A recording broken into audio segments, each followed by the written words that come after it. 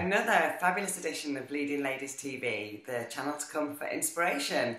And tonight I am delighted with our guest, a good friend of mine, Carla White. Carla is dangerously close to releasing her first book, congratulations Carla, which is called Showing Up, Lessons in Happiness, Humour and the Courageous Heart. So, welcome to the show. Very, very nice to have you, Carla. Welcome. Thanks for coming. Thank you, Amanda. It's great to be here. So, this evening, you're not so much talking about the book, but how having that one word in there, humour, has led you in a little bit of a direction of doing something a little bit fun and a bit out there. I'm not allowed to call you a comedian, I know. We're going to say amateur humorist. And yeah, Carla, I'm looking forward to hearing your story about where this book has led you and what kind of events have happened. So first of all, I'll just say welcome and over to you. Thank you, Amanda.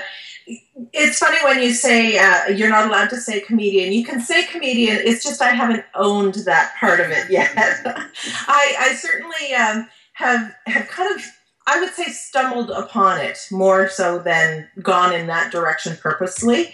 My story is one of a life where I have a fabulous life. I have a husband who is wonderful and 3 children, a 16-year-old and 13-year-old twins. So there was a time in my life when I had 3 children under the age of 3, 4 if you counted my husband. And when that time period happened, and for about 10 years of my life, I was actually treated for depression. And it was a really sad time. I was overwhelmed. There was a lot of things that were going on for me. And I had a transformational moment where I decided that wasn't the legacy that I wanted to leave for my children. So I decided to go off the medication, the antidepressants, and then try and figure out how the heck to lead my life and just have a fabulous life. So it took a little bit of work, but as I said, I stumbled upon the whole idea of humor when I started to look back at my life and see it from a different perspective. So it was only about last year around this time when somebody commented to me that, gee, you really have funny stories when you present, and I did a lot of speaking, and the really fun part was that's what I was remembered for, was the funny stories. But I didn't really think too much about it.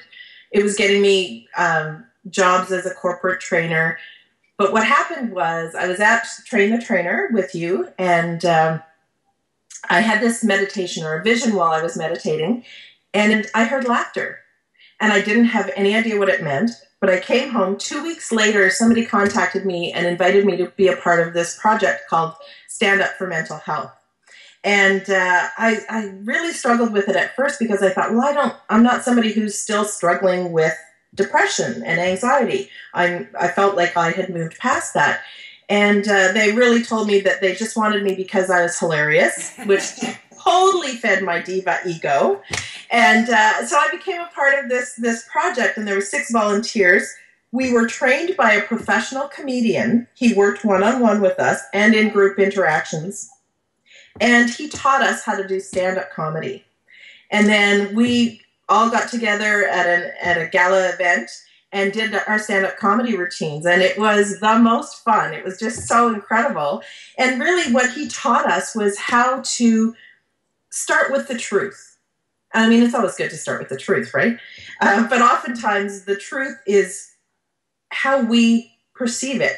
And so when you start with the truth and you come up with these ideas, and then you try to make it funny and you look for ways to make it funny. So it became this mess to success kind of story for me where I love that. Mess to success. That comes from Judy Carter, who's a humorist, but she really says, it's our messes that bring us the most credibility with our audiences and people. And I think, honestly, a big part of my issue was that I took myself too seriously.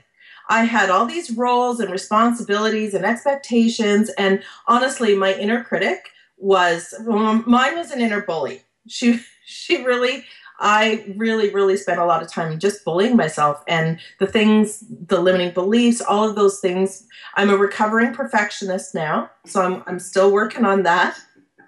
But it really has just been a way to look at myself differently, be a little bit more gentle, and really kind of just laugh instead of. And I always say I've turned my inner chatter into inner chuckle, because I really have seen things just so much differently now that apparently I'm going to be asked back to do stand-up comedy and things like that. It's like, okay, now I got to find out how the funny things that have happened. But there's all kinds of funny events. It's just when we start to talk about the ridiculous, the ironic, all of these things, that's when we start to realize we don't need to take ourselves so seriously. And life gets way easier when we are putting the pressures and the stresses on ourselves. And it's like a pressure reliever for me too. If I can find a laugh out loud moment, when I call them crap is raining down on you kind of moments, if we can laugh, it releases pressure, it releases endorphins, hormones, all of those things that just make us feel better. So laughter really has become part of my brand, part of what I love, to help people feel better through laughter. Do you know, you're really hitting a button with me today, Carla. And I'm intrigued, so I'm going to ask a few questions, if that's okay. And just seeing your smile is making me beam. But it's funny, because when I'm feeling fantastic, I laugh a lot. And, you know, I look at my mum and dad, and they're always sort of like giggling and taking the mickey out of their life. And, oh, your dad did this, you know, and sometimes I think they're a bit daft, but also they're kind of like, they're enjoying life, and I think, you know, they haven't got so many worries. But I do know that when I am not feeling great, life becomes really serious. And actually, I've had a friend say that to me really, really recently. I just want to laugh. I just want to have fun.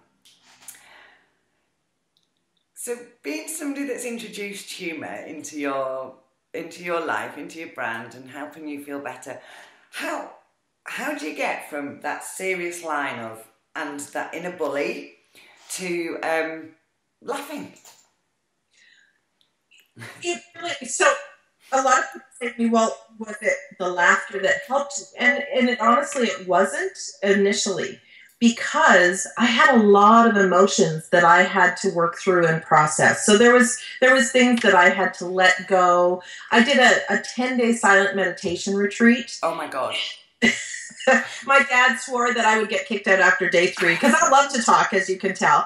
And it was absolutely one of the most profound experiences of my life, because that's where I spent a lot of time really figuring out what were some of the things I needed to let go of. There were some old, what they call wounds, and things that I had to release.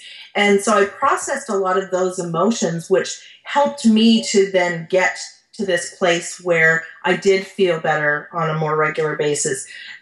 One of the easier things, because not everybody is really interested in doing a 10-day silent meditation retreat. One of the other things that I did was I started keeping a gratitude journal. And I started looking for things to be grateful for.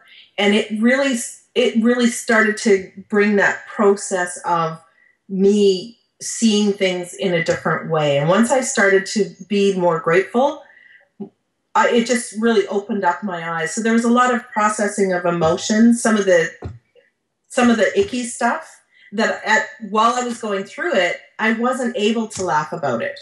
When I look back now and I am in this much better place, I'm able to see the humor in it.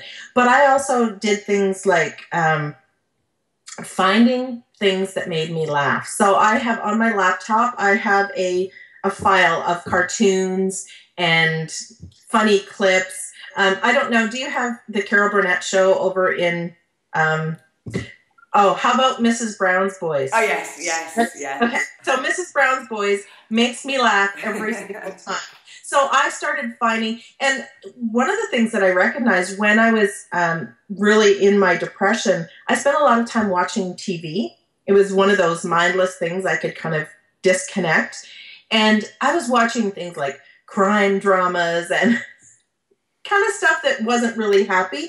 So what I notice now is that I'm more drawn to, if I'm having a moment where I'm kind of just feeling not great, first of all, I think is the awareness of, okay, what's going on here, being really, and sometimes it's a matter of allowing, just allowing that feeling to move through us and feel it.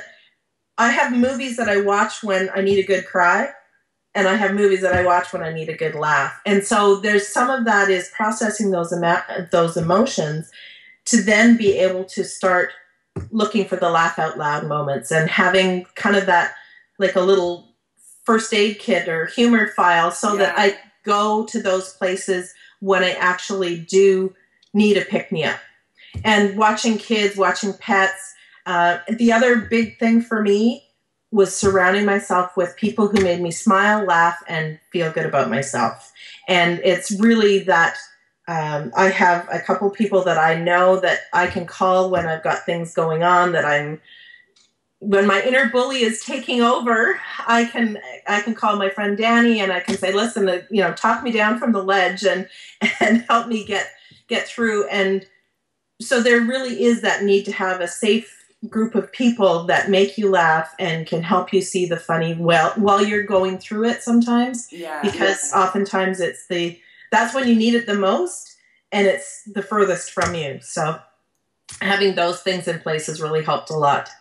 I love that. I don't know which direction to go in now because I've got two burning questions. Okay. Well, we'll come back to the humour one because that's how we started. But honestly, you know when you go on this 10-day retreat and there's no talking, so do people talk to you and you listen, or do you just go and be quiet for 10 days? What do you do? So here's the teaser for my book. In my book, I share an experience that I had that got me talking, allowed me to legally talk at a 10-day silent meditation retreat. I will find it.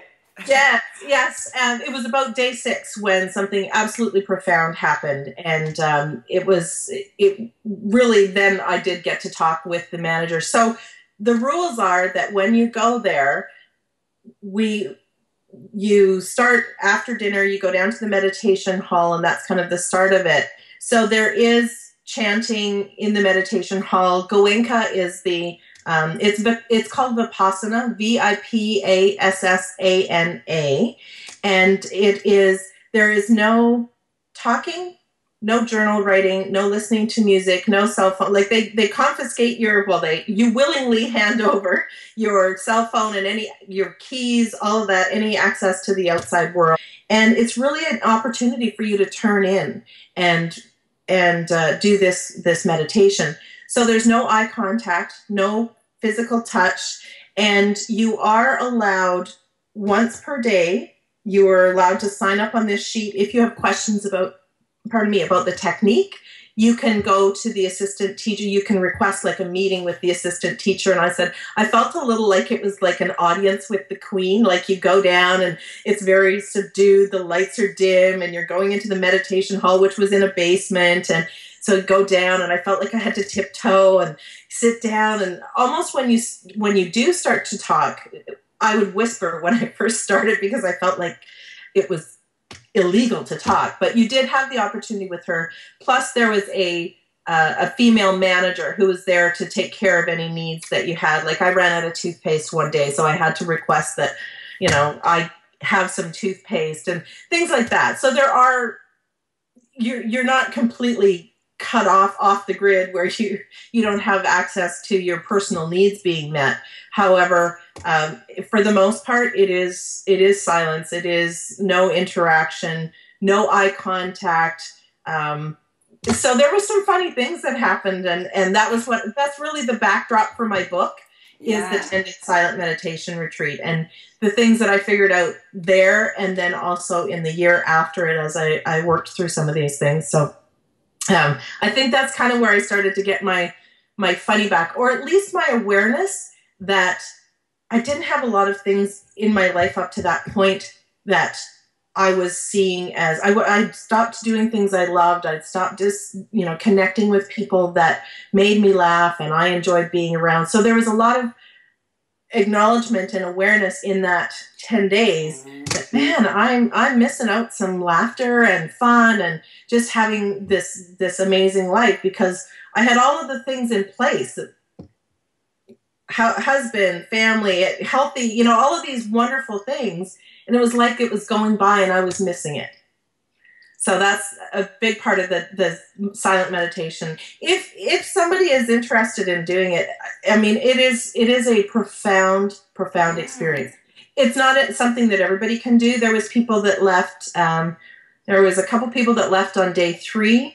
One lady that I met and had connected with initially before we were not allowed to talk, she left on day 8.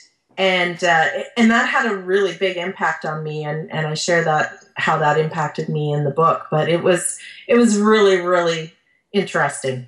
Oh my God, Carla, you are very good at tempting people to buy the book, and I know that isn't even what we were being interviewed about. But I'm like, when is it available?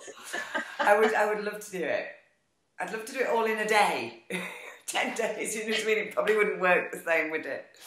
But we do have, I think they have 3-day and then they have 10-day. And I actually went to, before I had this profound experience, I went to the assistant teacher. I requested a meeting and said, you know what? I don't think I'm getting this. Nothing's happening for me. I'm not.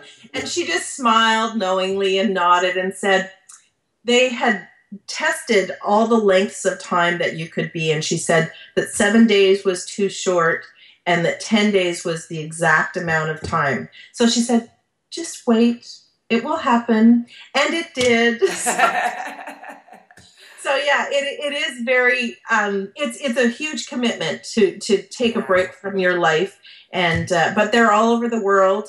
They don't cost anything to go. It's by donation at the end. It's like a pay forward sort of thing that I didn't pay to go, but after I had experienced it, I made a donation that will allow somebody else to then come to the retreat. Wow. So it was really cool.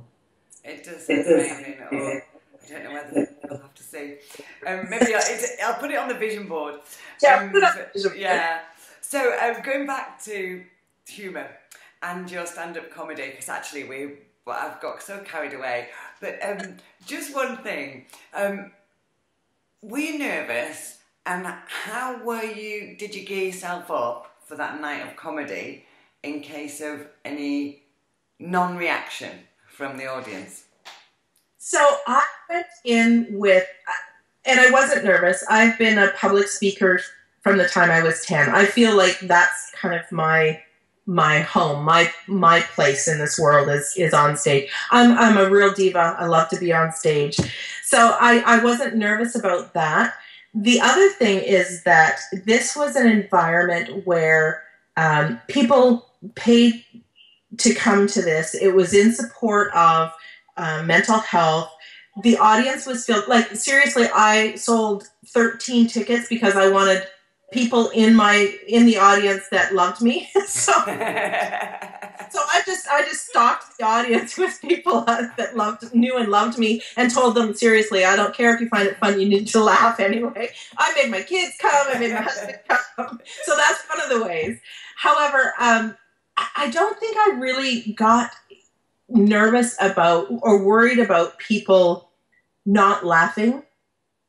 But I do know that the comedian had said to us, listen, if you're going to a bar doing stand-up comedy, he said, it's soul-sucking work, because there really is that demand for, like, it's a tricky thing to do. So definitely, I know I've been invited back to do stand-up comedy in some of the local bars, and I have not yet had the courage to do that. I prefer to, like I say, stock the audience with people who are genuinely there for an event.